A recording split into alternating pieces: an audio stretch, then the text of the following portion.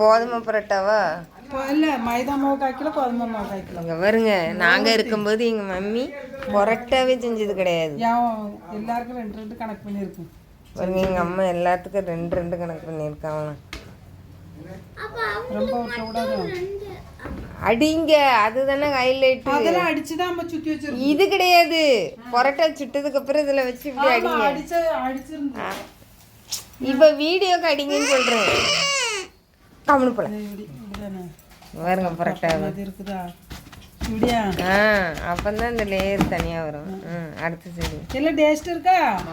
சப்பாத்தி மாதிரி இருக்கு. மாவு டேஸ்ட் பண்ணல, பரோட்டா அப்படியே சாப்பிடுறாங்க. அதாடா கொஞ்சம் சக்கரை போட்டுருக்கு. பாவம் நல்லா படுத்துக்கட. இங்க பாருங்க, சிக்கன் குழம்பு இருந்தா நல்லா இருக்கும். குருமா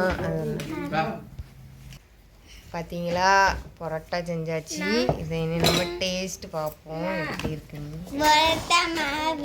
பரோட்டா மாவா? உனக்கு ஒண்ணும் கிடையாது. ஒரு பரோட்டா கண்டி நாங்க வந்து உட்கார்ந்துருக்கோம். செஞ்சு கொடுத்தாலும் நல்லா அப்பெல்லாம் கிடையாது. சாப்பிட மாட்டாங்க. அப்பெல்லாம் சாப்பிட மாட்டாங்க. அம்மா சமையல் மட்டும்தான் அப்பா சாப்பிடுவாங்க. சரி அப்பா, சரி. அம்மா சமையலுக்கு தான் அடிமை.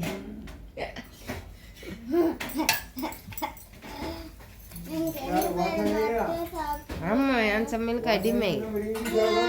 ஆமா,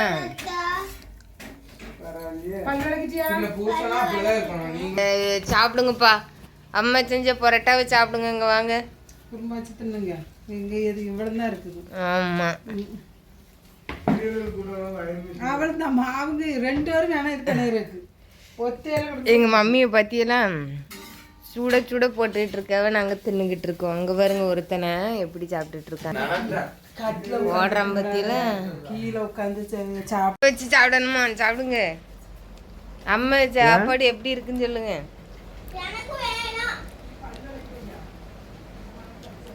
எங்க அப்பா ஊற வச்சிட்டு இருக்கவ ரவை வரமிளகாய். இதுதான் வந்து எங்க வீட்டுல இன்னைக்கு காலையில சமையல். எப்படி இருந்து? நல்லா இருந்தா இன்னும்